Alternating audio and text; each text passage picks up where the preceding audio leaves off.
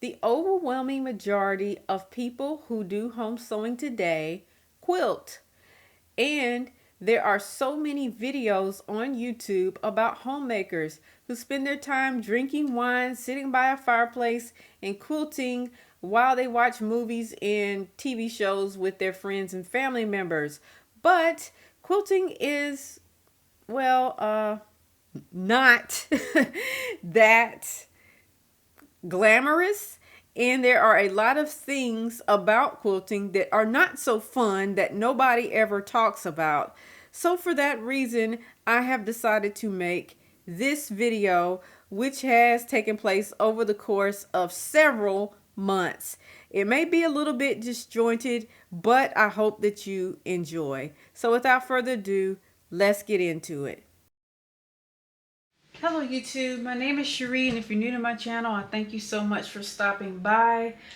Months ago, I started working on this maneuver quilt, and I forget the name of the website that I got it from, but I'll try to place it in the description box below. I believe it's artgalleryfabrics.com. They have a bunch of free quilting patterns on there, and I got this from there. And I have worked through the whole thing, but life happened and I didn't get around to quilting it yet on the top. So that's what I'm going to be working on now. I don't know how many people that I've ran into who have pieced together full quilts but never had them quilted and just sat them in a closet somewhere as a project that never got finished.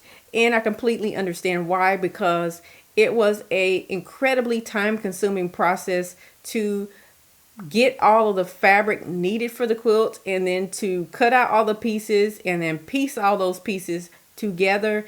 And that was the piecing all of the quilt together was the most enjoyable part for me because I like to sew. However, I did not very much enjoy the shopping for fabrics because this particular quilt required a specific amount of each type of fabric in order to make the quilt turn out how it's supposed to turn out.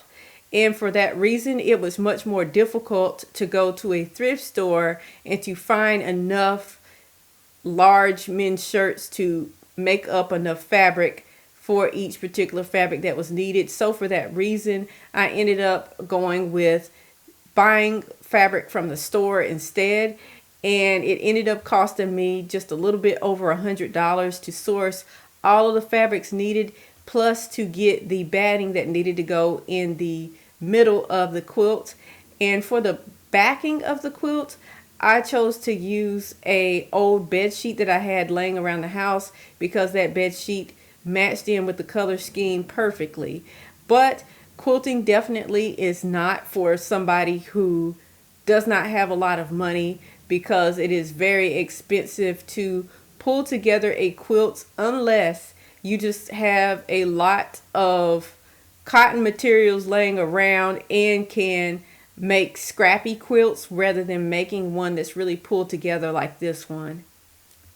These are a bunch of circles and half circles in this quilt, and I want to mirror that in my quilting. So I want a circle in the center of the quilt and to actually come out from that circle and to just go all the way around, making a large circle. And this is not science. I'm not going to make this rocket science when I sew it. And I'm just gonna go around and around until I can't anymore on here on the quilt. And let me see if you can actually see this pretty good, the drawing that I actually just made. So at that point, I want to actually make a secondary circle, probably about right here, and come out from it as well and make a giant circle there, and then do the same thing here. So that is my idea for it. The idea of making 3 circles on this quilt was absolutely wild. I say this because I only have domestic sewing machines, and most domestic sewing machines only have about 7 inches of harp space between the needle and the center of the machine. Now, there are all of these machines out now being marketed as quilters machines that are semi-industrial. These machines have slightly larger harp space, but it's still not enough harp space to be able to quilt a large queen size quilt without having some design restrictions. The overwhelming majority of the quilters edition machines have a harp space of about 8.5 inches, and that's only an inch and a half larger than the standard domestic. So this limits your design capabilities because you can't do three big circles on a quilt with that small of a harp space. So it really does limit your creativity. And this is one of them things that not a lot of people mention when they talk about quilting, but yet is one thing that is extremely important. Now, over the past year or so, I have seen a lot of high end, top of the line sewing machines that have come out with embroidery modules added to them. And some of those, like the Brother Avenir, for example, have a harp space of about 14.1. That's still not as large as the harp space that you will find on most long arm machines. Long arms can range anywhere from 12 inches of harp space and up, but the vast majority of the ones that I have seen have had at least 16 inches of harp space. So that's definitely something to consider. Now, there are ways to get around not having a lot of harp space, like using an embroidery hoop and quilting in the hoop and then moving the design over each time until you complete the entire quilt. You can also split the quilt into multiple pieces and then sew them all together at the end. But of course, if you do that, you're going to have seams in the quilt. I have seen some people that were able to hide these seams quite well, but still, it creates one more layer of something that you have to think about in order to get the quilt done. Please do give this video a thumbs up, and if you haven't already, subscribe to the channel and tap that notification bell to receive updates. I borrowed a dining room table in order to have enough room to spread out with this quilt, but it was not romantic as it might seem because it was in a common area with lots of foot traffic.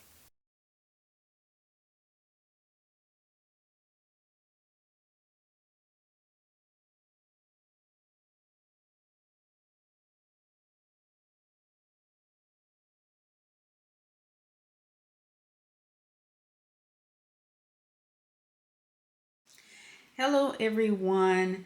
I actually started over again. This entire thing, I unpicked it, started over because I had tremendous amount of puckering on the back of the quilt. So doing this pinning method here, sorry guys, something fell. Doing the pinning method to pin my quilt sandwich together was not really an effective way to hold those sandwich layers together without it puckering. So what I did is I actually went to Dollar Tree, got a bunch of Elmer's glue and glued this together. And now it's not puckering nearly as much. I have one small pucker on the back, but I'm going to leave it there because at this point I have spent way too much time on this quilt.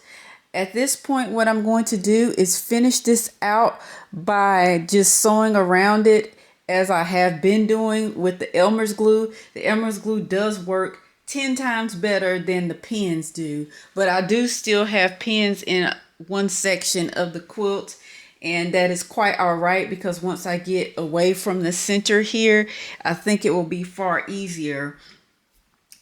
The other thing that I am noticing is that I'm not really digging my sewing machine for this project because I'm constantly having to raise the presser foot in order to turn corners. and all of my corners are not coming out perfectly circular for that reason, and I've had to go back and fix some areas on the quilt because of that. I really do wish I had a knee lift, but I don't. And I do wish that I had a bigger throat space on my machine. This is the only machine that I have that has the open toe foot on it that I would like to use, so that's why I'm using this one. However, in the future I do plan to get some more feet for some of my other sewing machines. At the same time, I still don't have another sewing machine that has a wider throat space. I would so much love to have a Juki 18 or a Janome HD9, but I just don't have HD9 or Juki 18 money at this point. And all of my machines that I do have are vintage machines that I got for steals at like yard sales and that sort of thing. And that's just what I've always worked with. And that's not a problem or issue. You have to start somewhere, right? But anyhow, I'm going to get on back to it. And no, I'm not going to record myself sewing in a circle for all this long time, because it's really hard for me to have my camera set up and to record at the same time. My tripod actually gets in the way of my chair, so it's really hard to record without my body being catty cornered or turned to a side. So for that reason, I'm just going to get off of here and go ahead and get back to sewing this. And I need to finish sewing this rather quickly, because now it's taking up space on my actual table where I do my video editing. So I'm going to get back to it. Oh, I forgot one other thing I forgot to mention. The reason why I decided to not sew this on a dining room table is because that dining room table is in the common area, and I really do need my focus and my concentration in order to be able to sew around all of these tight corners. And being in the common area is a constant interruption. It's not that talking to other people is a problem. It's just that when I'm trying to focus, it's really hard and for me to focus with other people doing other things in the background, and also with them talking to me. And two, the dining area is near the kitchen, and the kitchen gets rather hot during lunch and dinner time when there's cooking happening. So I found it quite unbearable in this summertime weather that we're currently in to sew out there by the kitchen. And all of this hot material is also in my lap while I am sewing, because I have a smaller table. So I'm going to get back to it. And I really do think that all of this has been a wonderful experience for me, because I'm experiencing the pieces of quilting that are not so glamorous, that nobody really mentions. I think that quilting can be a fun activity, but I would have wished that I would have pieced this quilt together and done my quilting in small sections, rather than putting the entire quilt together and then trying to quilt it all on this small machine. Because of those reasons that I just mentioned earlier, like having to have this heavy quilt in my lap and also not having enough throat space. Well, that's it for right now, and I will get back to you all later.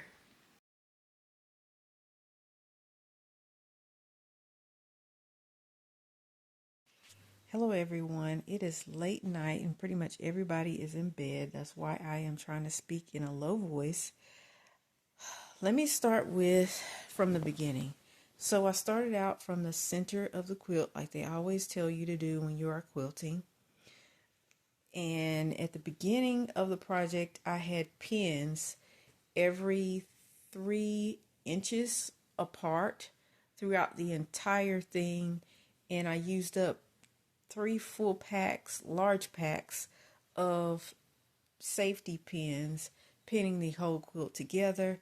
And I thought that the quilt would never come apart or shift with as many pins as I had in it. However, about part of the way down the quilt, I noticed that it was shifting out of place a lot, to the point where I was afraid that if I continued that I would ruin my project.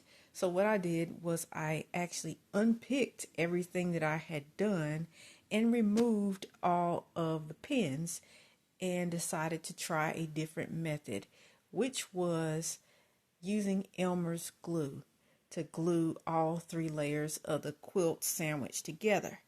That worked slightly better because once the glue was dry, everything stayed in place, but it also felt like it needed some extra reinforcement. So I also went back and added in some pins in certain areas just to make sure that the quilt sandwich wasn't going anywhere. But what I ran into was that the pins were a pain in the behind because, let's see if I can show you here without showing you too much.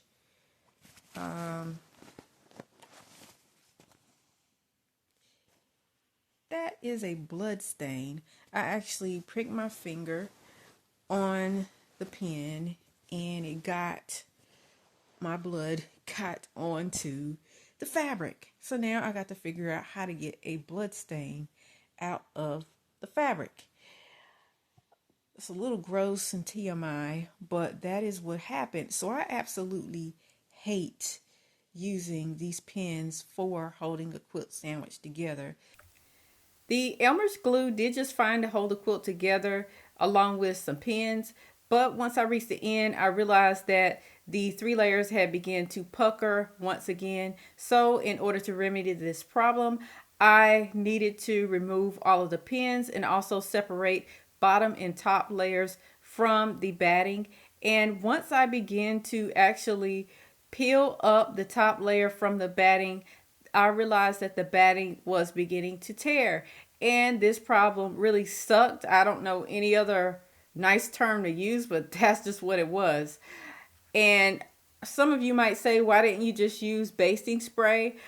I didn't mention this earlier, but I did try to use basting spray in a corner and it just did not have a good enough hold to hold all 3 layers of the quilt sandwich together. So I opted to use the Elmer's glue instead because it had a better hold and it was 10 times cheaper than using basting spray. I've continually had to unpick certain rows of this stitching and to restitch it, and the reason is because on the back here I get bunching. Like in this area there is some massive bunching, so I'm going to have to unpick these 3 rows and to straighten this all back out and then re-sew it again. And I've had to do that throughout the entire quilt. So I have all of these loose ends now that I have to sew in at the end of the quilt. All of these loose ends that have to be sewed in, where I have had to stop and unpick and redo. And this is incredibly frustrating. And I believe that I'm having all of the problems that I'm having because of this small harp space here. I can't use a pool noodle in here because it won't allow me to rotate the quilt. But then when I have it loose like this, in spite of having used Elmer's glue and in spite of having all of these pins in here, the quilt layers still shift on me and cause those problems that I just showed you. So for that reason, I personally am not a big fan of quilting at all. Now I do like piecing, but I don't like what putting all this together has done. And this is my little corner here where I edit all of my videos, and I was very determined to complete this quilt today because this quilt has now been on my work table for over a month, and this is the only area I have to work on it where I have enough space to do so. So I have had to move this quilt out of the way so that I could edit the videos for you guys for YouTube. And it is quite frustrating. I just thought that I would come on here and give you my unscripted thoughts about quilting. So, I have now spent an entire year working on this quilt. I am at the very end of the quilt where I only need to quilt down the four corners and then to add a binding to it. So I'm really happy to see the end of this. If I were to start over again, I most likely would make this quilt in small pieces and then sew it all together at the end, or I would completely ditch the sewing machine altogether and simply hand quilt this so that there wouldn't be any seams, and also so that I could have a better experience in my space, because I do have a small amount of space and not a lot of space to work with. Throughout this process, I have come to understand that quilting takes a tremendous amount of time, and if you do not have a lot of free time on your hands, then quilting most likely is not the hobby for you. While quilting takes a lot of time, there is a silver lining in the fact that it takes so much time to complete projects, and that is because you cannot go to any store and simply buy a quilt. It has to be handmade, and because of this, quilting has a lot of intrinsic value. So when you quilt, you're actually building tangible assets. And some would wonder why I mention this. I mention this because the dollar is continually decreasing in its value. So a lot of folks are trying to purchase tangible assets that can be flipped to so that they can retain their value, but also so that they can gain value. And I have seen quilts online sell for thousands of dollars. So yes, the quilt does hold its value and even increase in value if it is not used. Another thing that I'd like to mention is that quilts are very sentimental to a lot of people because they take so much time to complete. When you receive one as a gift, you know that that person was really thinking a lot about you in order to take the time to do this. So I have a much deeper appreciation for quilting than I did before starting this process. One of the other things that I think about with quilting is the cost. Because fabric costs so much, there is a large barrier to entry for a lot of people. Back in the day, this was not the case, because back in the day you could use a flour sack or a potato sack and use it to source fabric. Also, there were a lot of manufacturers in the US that produced fabric, and so fabric was a lot cheaper, and back then you could actually make an outfit for much cheaper than you could buy one for. But now things have changed tremendously, and it actually costs more to make an outfit than it would to actually buy one. The same is true for quilting, in that quilting materials cost much more.